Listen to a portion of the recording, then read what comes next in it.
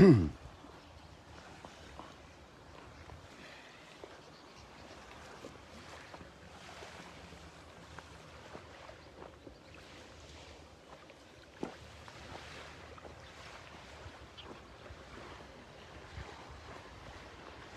morning.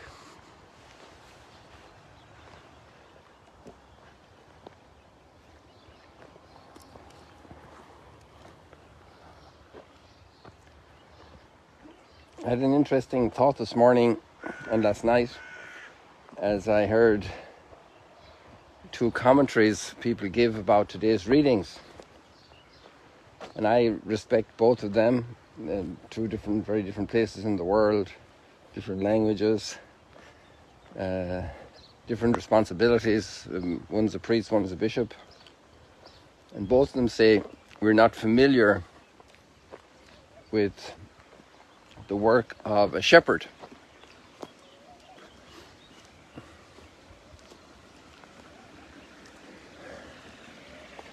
And I was thinking about the amount of times in the Bible that it speaks about shepherding. David was a shepherd, and Abraham was a shepherd. And they had to look for water for the flocks because this is a very dry area of the world in general.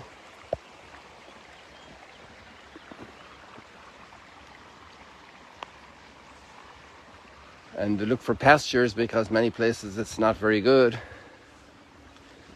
And then up in a place like Mount Arbel, you don't see sheep up there at all. You see cattle. It's filled with jackals.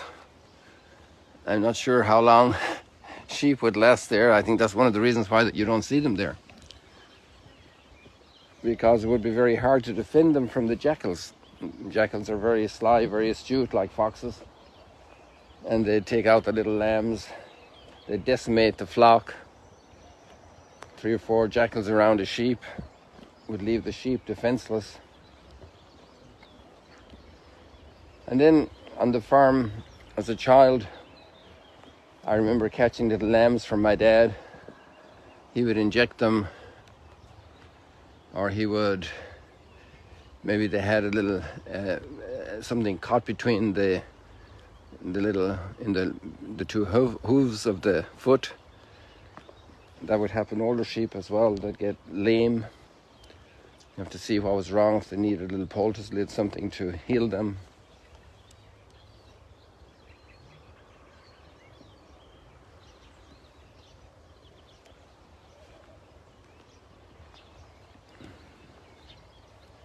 All these morning glories haven't opened up yet.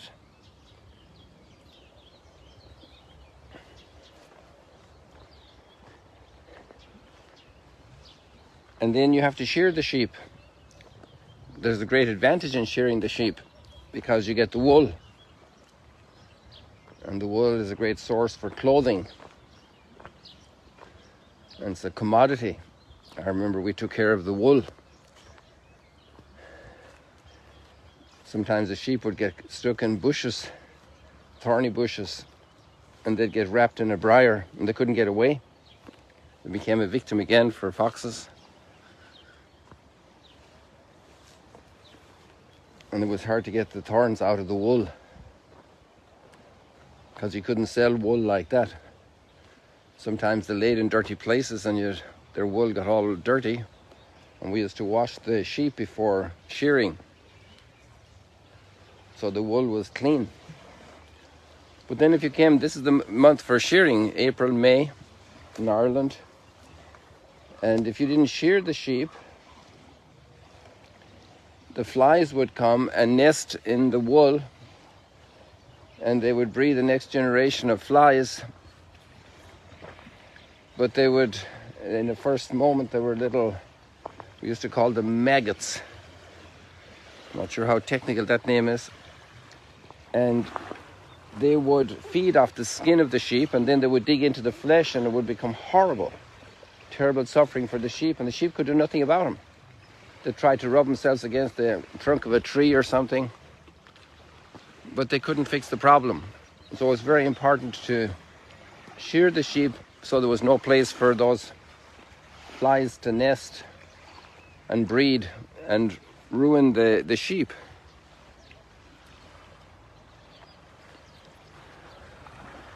Then there was shelter and food. Well, we covered that already with taking them to good pastures, but in the winter time in Ireland they wouldn't have the food on the fields, depending on where, and you'd supplement the food for them.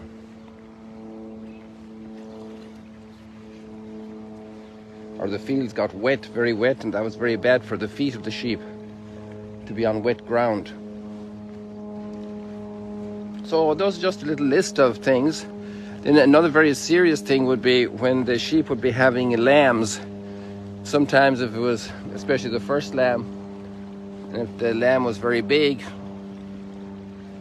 it could be very difficult for the sheep to give birth.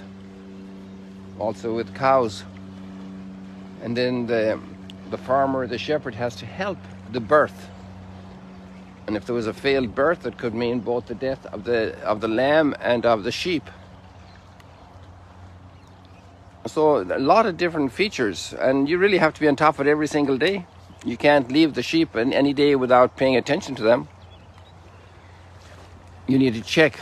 My dad would say, did you count the sheep today? Did you count the cattle? Did you count the cows? Did you count the calves? This is part of the work of the shepherd. And this was the lifestyle of the people of biblical times.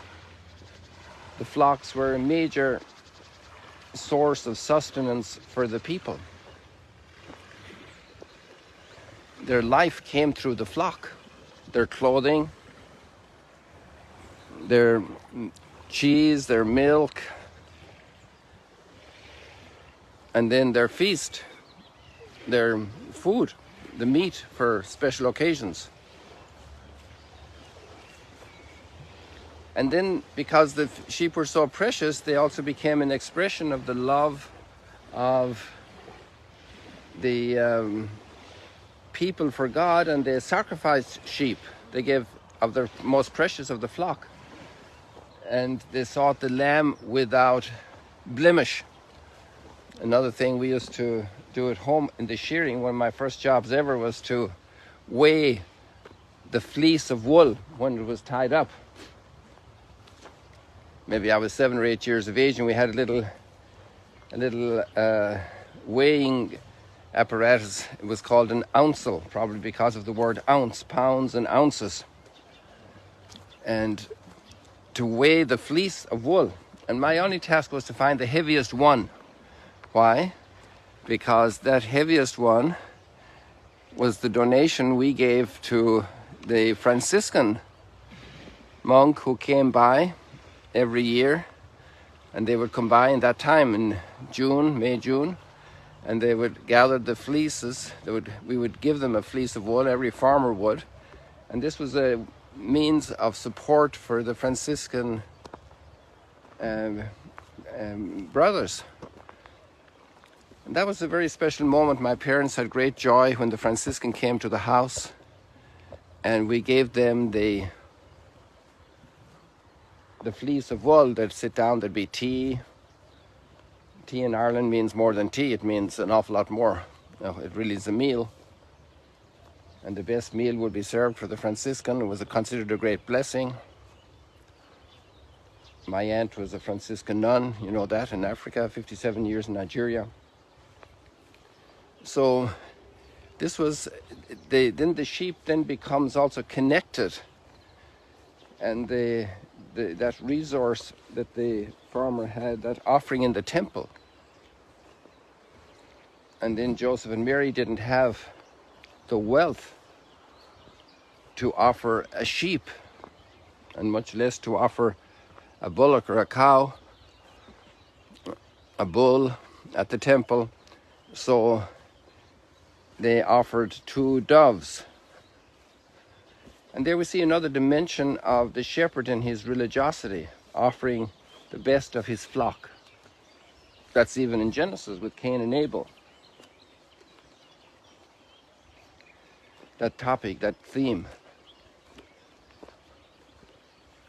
So the thought I had this morning was I think it would be a great idea if all people had this experience, and especially those of us who are shepherds in the spiritual domain, because everybody's a shepherd. Parents, business leaders, teachers. Nowadays there's such a huge flourishing of counsel, giving counsel, advisors.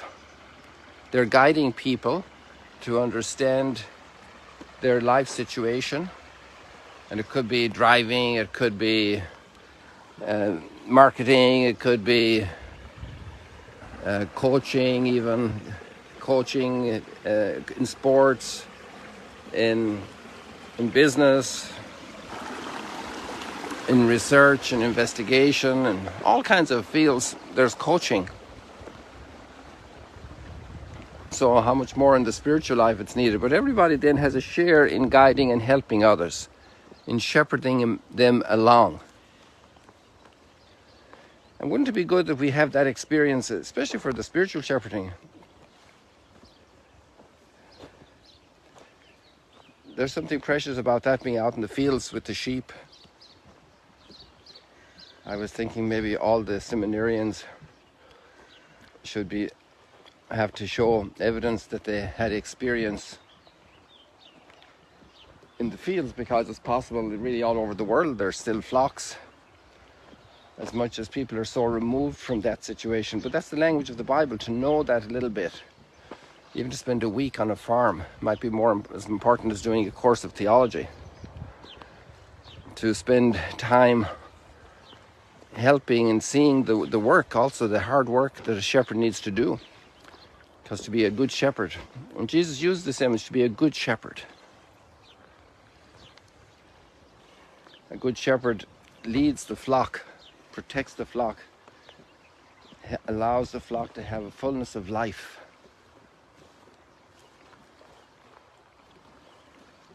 Another whole angle on these readings would be just to ponder a little bit who we are.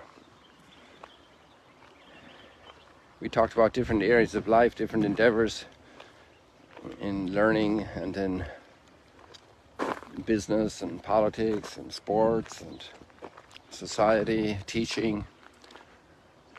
And we all welcome guidance, we all need guidance.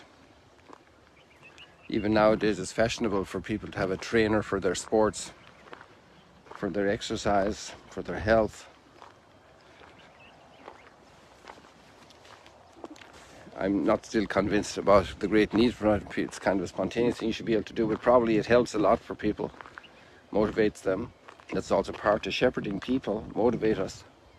We need motivation, we need encouragement. So who are we? What area of, what's our big definition? And the second reading today gives the definition. We are children of God. This is what we really are. We are really His children. And to live as children of God is also a challenge, because there are many different spiritual currents blowing in our lives.